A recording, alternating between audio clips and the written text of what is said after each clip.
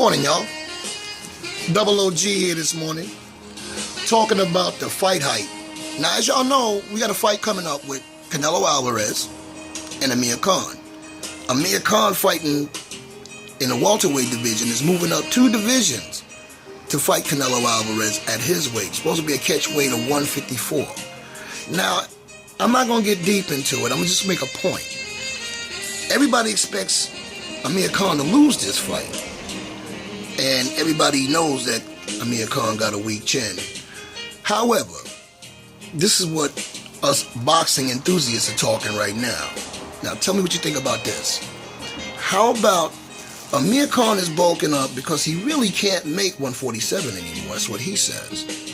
And because he can't make 147, remember, all these fighters walk around at a higher weight class anyway. They street weight, and they got to make weight. So let's just think for a minute. Amir Khan's closer to 150 anyway, right?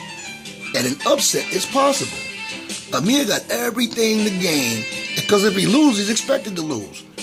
But if he happens to knock Canelo out or go the distance, it's going to make it look bad for Canelo. Now let's talk about Canelo real quick. Why is Canelo ducking one of the Charlo brothers? Either one of them would do, because they're not going to lose. They're not trying to lose. Or how about this? Peter Quillin, Kid Chocolate, or Danny Jacobs. I know y'all seen Quillin get knocked out, but again, that could have went either way. You know, any fighter can get caught. But the point is, why doesn't Canelo Alvarez fight cats in his weight class? Why? Because he know he can't win. So this whole thing about catch weights and picking a dude littler than you, or like is it smaller than you?